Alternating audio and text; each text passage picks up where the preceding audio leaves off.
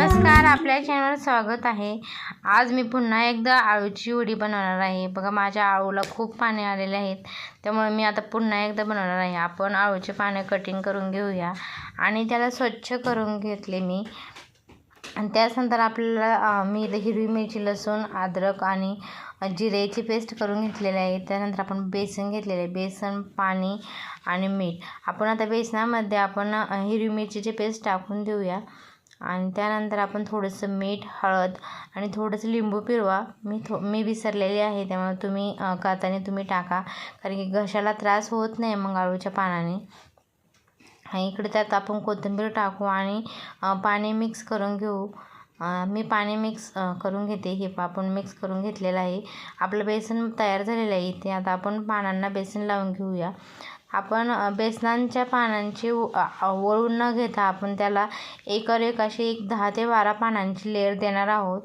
हे पहा, असे एकावर एक आपण 10-12 पानं लावून घेऊ शकता। आणि माझ्याकडे छोटी छोटी पानं आहेत, त्याच्यामुळे मी 2 वड्या करणार आहे। तुमच्याकडे जर मोठे असेल तर तुम्ही एक जरी केली तरी चालेल। हे पाचशे एकावर एक सगळे मी 10 ते 12 पानं लावून घेतले आणि आपण आता त्याला कढईमध्ये उकडायला ठेवणार आहोत। मी इकडे कढईमध्ये पाणी गरम करायला ठेवून चाळणीत उकडायला ठेवलेले आहेत। आता तोपर्यंत मी इकडे पालक भजी करून घेतलेले आहेत। हे पहा, पालक भजी तयार झालेली आहे माझी आणि इकडं आपलं उकडून पण झालेलं आहे। आता आपण त्याला काढून घेऊन त्याची कटिंग करूया।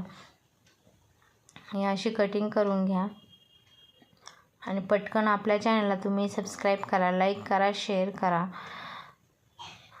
ही आळूची वडी कशी वाटली ते पण सांगा। हे पहा, आपल्या आळूच्या वडीला लेयर खूप छान आलेले आहेत आणि आता आपण त्याला तळून घेऊया। हे पाशी छान कुरकुरीत आणि लेयरदार वडी तयार झालेली आहे। हे पहा, खूप छान आणि कुरकुरीत झालेली आहे, मस्त। आवडल्यास आपल्या चॅनलला तुम्ही सबस्क्राईब करा, लाईक करा, शेअर करा आणि कमेंट करा। थँक्यू।